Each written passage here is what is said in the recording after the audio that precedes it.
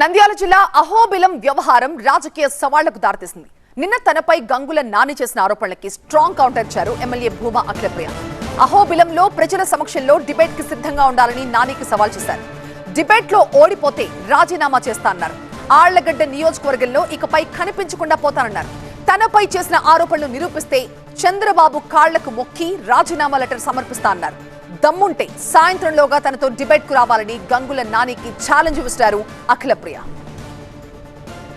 చాలా లెక్కలు చెప్పినాడు. ఇన్ని లెక్కలు కాదు, ఒకటే ఒకటి నేను చెప్తున్నా. మీ వాళ్ళు కట్టాల్సింది ఎంత, మా వాళ్ళు సరే, మీ వాళ్ళు కాని వాళ్ళందరూ నా వాళ్ళు అంటున్నావు కదా, వాళ్ళందరితో నేను ఒకే ఒక రోజులో మొత్తం అమౌంట్ వాళ్ళని ఏదో ఒక ఇబ్బంది పెట్టైనా సరే కట్టిస్తా. నువ్వు కట్టిస్తావా 5 కోట్లు? నేను సవాల్ చేస్తున్నా.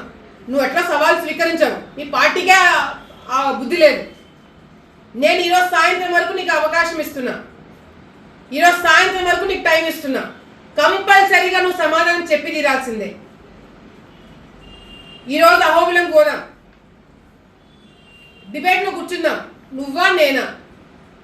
నువ్వు నేను చేసే అవినీతి నువ్వు బయట పెట్టు, నువ్వు చేసే అవినీతి నేను బయట పెడతా.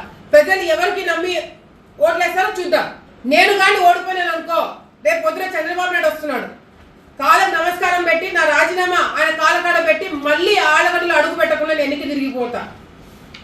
అదే నువ్వు ఓడిపోతే లక్షల మంది నరసింహస్వామి భక్తులకి నువ్వు క్షమాపణ చెప్తావా? నువ్వు రెడీయా?